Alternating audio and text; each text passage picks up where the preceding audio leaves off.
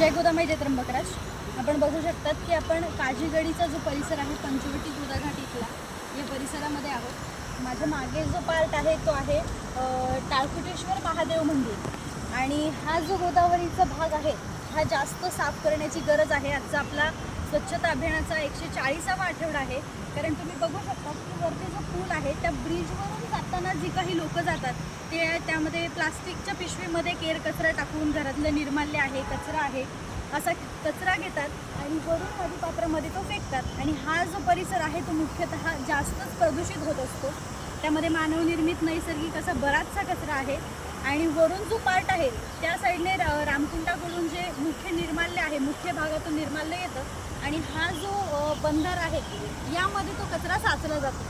तर इथलं जे काही निर्माल्य आहे कचरा आहे प्लास्टिक आहे ते गोळा करणं आणि तो भाग साफ करणं जास्त महत्त्वाचं आहे। त्यामुळे आम्ही आमचे आत्तापर्यंतचे अखंड अविरत 140 गोदावरी स्वच्छता अभियानाचे आठवडे या परिसरात राबवलेले आहेत। कारण वरच्या भागात स्वच्छता करण्याऐवजी हा परिसर स्वच्छ होणं आणि इथून गोदावरी आईचा प्रवाह मोकळा होणं हा जास्त महत्त्वाचं वाटतं। कारण इथून गोदावरीला एक वळण मिळत जातं आणि ह्या वळणावर तो कचरा साचत जातो।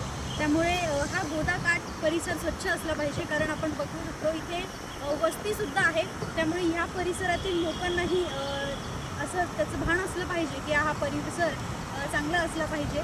त्यामुळे मी इथल्या परिसरातील नागरिकांना आणि नगरपालिकेला आणि त्याचबरोबर समस्त नाशिककरांना अशी विनंती करीन की आपली आई गोदावरी स्वच्छ राहील आणि आपल्याकडून कोणत्याही प्रकारचा केर कचरा निर्माल्य ह्या नदीपात्रात टाकलं जाणार नाही याची आपण कृपया दक्षता घ्यायची आहे।